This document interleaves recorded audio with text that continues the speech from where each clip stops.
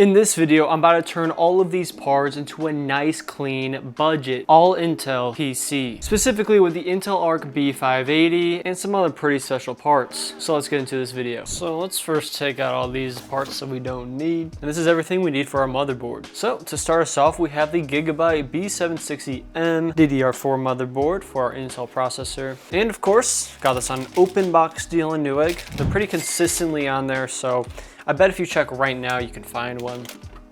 Gigabyte says they're ultra durable, so we should be okay. Yeah, pretty standard motherboard. Got it because of the price, and obviously it supports our CPU and everything we need. We obviously want to keep the budget a bit low, so we have DDR4. And everything else is just decent. Now here we have our i5-12400F, and I bought like 5 of these. Amazon recently had Prime Day. I know this is a bit delayed based on that. I was able to pay, I think, around 80 bucks each, which is just a really good deal considering AliExpress isn't that good anymore. Back in the golden days of AliExpress, I think that's like the best price you could get a CPU like this for anyways, so yeah, definitely cop this. Yeah, it also comes with a stock cooler, but I would recommend it if you want to save the most amount of money. We're not going to be using it today though, so I guess you could price out however you want when we do install our other cooler. So for installing our CPU, just need to push back that latch, open this up, and then just kind of slot it right in. And yeah, it'll just kind of go in on its own. And then we can push this back down. Then applying force here, it is nicely installed. Now we're gonna do our RAM. We have this V-Color Gaming DDR4, 32 gigabytes, 3200 megahertz, RGB. It will fit just nice in this build. Now I got this in one of my AMD bundles, but I think this is a fair price, as that's what I would pay for something like this. Yeah, basically just line it up like so. And then snap it right in. Now we have our NVMe. This is just a Gen 3 drive, got it for a decent price on eBay. 1 terabyte, basically all you need to know. I would just make sure you don't get SATA. Even though it's upside down, ours just slots in right here, pretty much the same as normal. Then remove our plastic and then just kind of slide it in.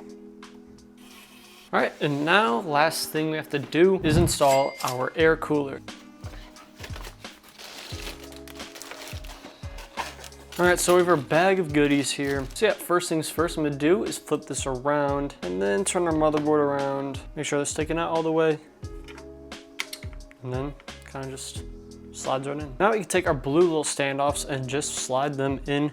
And then take these brackets and you can screw them in like so. And then remove the plastic and apply some thermal paste.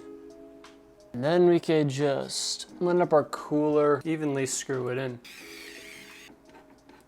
And now we can take our fan and then place in the brackets like so, and evenly snap them on. Then we might as well just plug in our CPU fan. And there we go, everything we need for the motherboard. Let's check out the case. And the case we are using is the Atlas M1 from Gamdias. Now they sent me this case, so shout out them. But as always, this will be an honest review, and I already know what it's supposed to look like.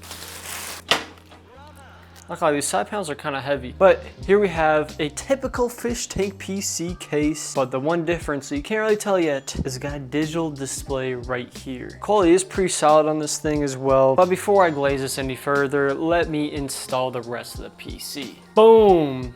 Not gonna lie, I forgot to record this. All I did was slide in the IO shield, screwed in the motherboard, that is all. Do need to add some standoffs, so you might need a little tool for that, or use some tweezers or your fingers. And here's how it's looking so far. Pretty clean, but we have to move to the back of the case. Wow, that is a ginormous RGB hub. So that is actually really nice to have. I will say though, one thing I'm noticing is there's not much room, if you can tell, but we'll see if we have any issues there. And yeah, with this case, we have a few extra cables that we don't normally have. First, we plugged in our fan, but we have another RGB. You can plug in right there. And then a USB, which we can just route through the bottom. And then I'm gonna take the USB from the front IO panel and plug it right next to it. Now, unfortunately, this motherboard does not support USB Type-C. There are adapters for that, but we're just gonna put this aside for now. We can route our F panel connectors through the bottom left, bottom right of the motherboard. And then something I haven't seen in the case yet is a right angle USB 3.0, which is actually very helpful, as I'm going to route it through the side here. Then we have our HD audio, which I'm just gonna put in the bottom right, bottom left of the motherboard. Then we have an extra SATA for a power supply, and then RGB connection, which we will be plugging in just so we can access RGB also from the motherboard. So yeah, that's everything for now. I'll be showing where to plug everything into the motherboard right after we install our MSI Mag 650 watt gold power supply. Now this specific model is a bit overkill. You technically only need like 500 watts. I'd recommend a 650 watt one, but yeah, this one is one of the best you can buy. I only got it because it was like $60 on a nice Amazon deal. I'll just open this up. And what's really nice about this is it's fully modular. So I know for sure we cannot have any problems with cables not fitting. And we only need about half of these. Yeah, what we need is the motherboard power, one CPU, one SATA, and one PCIe. I'm just gonna connect all of them. Now we can just slide this right in, make sure the fan's on the bottom. Yeah, just screw this in. All right, so right away, I'm just gonna route the PCIe to the front. I'm also just gonna plug in the SATA, route our CPU to the top right here. And what I was mainly worried about is routing this motherboard power. Looks like I missed a fan connection. Just have a few more things to plug in here. Yeah, it's everything plugged in. Basically we have HD audio, an RGB cable, 2 USBs, nice fan cable from the hub, and then the F panel. We have the USB 3.0, and then the motherboard power. Up here, CPU fan. Up here, CPU power. Last one is for the graphics card, which requires moving this side bracket. Just gonna slides right off. For this case, we're just gonna be taking off the top 2 brackets here. And here we have the Intel Arc B580. Took so long for me to get one of these, but we finally have it for MSRP. $250, 12 gigabytes of VRAM at a brand new price is the best you can get right now. And there we have it. Nice, clean, Founders Edition Intel Arc B580. Let's make sure our PCIe is pushed back. And just so clean, slides right in. And the last thing we need to do, kind of underestimate how far away that is. Pretty decent looking. Obviously, we have to test out the real special perks of this computer and obviously the games. And here we have Fortnite, the best game of all time, running 1440p unlimited performance mode like always, and then everything else on low besides view distance. Okay, that better be a bot. Now I will say with a game like Fortnite is to not really look at the average FPS or the 1% lows, because until you play a few games of Fortnite, there will be some frame drops just on any new PC. But we are seeing a lot over 240 FPS. Yep, you're... Oh my gosh. Thank goodness, bro. Yeah, still getting like 220, 240, 250, whatever. It keeps changing, not gonna lie. So you should be plenty fine, unless you're running 360 hertz for some reason, which you shouldn't have this PC then if you do. But yeah, this can definitely handle 144 plus easily. Perfect. Now here we have some Cyberpunk. We're gonna run it at 1440p, and then we're gonna turn on the settings. We're gonna use the high preset, which has high texture quality, and the Intel Super Resolution to really see how this technology performs.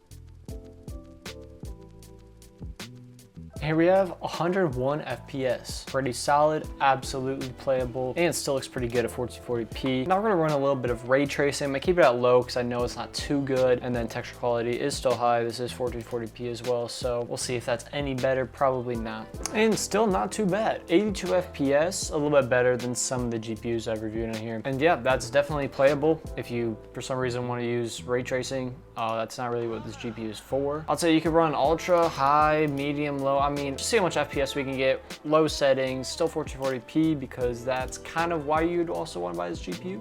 And there we go. Pretty much the best this computer can do at 1440p is 136 FPS in Cyberpunk, which is plenty, obviously. Still looks pretty decent, and yeah, if you want to play this game, you can. So I don't really know how I should do these benchmarks on Call of Duty Black Ops 6, but I ran a benchmark tool and it just ran 98 FPS in the balanced preset with Intel Super Resolution on. So basically a mix of like low and high settings, kind of what I'd recommend, but we could turn it all on low on 1440p just to see the best you can get with a little bit better resolution. And we got only 114 FPS, which is honestly lower than I thought. Now we're just running a game on the low settings just to really see where the frames drop. We have like at least 100 FPS, FPS, 120 sometimes.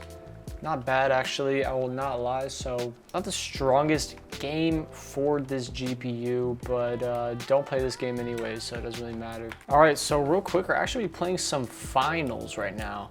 And yeah, we're getting pretty good frames here. I'm running 1440p, the Intel Super Resolution on quality, and then all medium settings on top of that. I mean, the game looks pretty good, and I can't imagine it looking that much better, if I'm being honest. I don't know what I'm doing, by the way. So that ran about like 140 FPS, which is pretty solid. But try with no resolution scaling, which I feel like resolution scaling is honestly like not that bad or anything. It's actually pretty beneficial usually. Medium settings, 1440p still looks pretty good. Yeah, not bad. Pretty good for this game. I mean, the quality looks amazing, so. All right, so now we're on some Marvel Rivals. Here we have 1440p. We still have the Intel Super Resolution on, which I even use when I'm playing. Balance, because honestly, you want to turn this game on lower settings, most likely. Low latency. So we're getting like 130. I mean, it does drop down. It does drop down when there's a lot going on. It's like 100 FPS right now, so that's not too crazy. And yeah, this is pretty much the best FPS you can get on this game at 1440p. I will turn it down. And yeah, if I turn it down to 1080p, we're getting close to 160. Wow, that's actually a pretty big jump. Now, even if you have a 1440p monitor, I mean, playing at 1080p, you could definitely do that as well.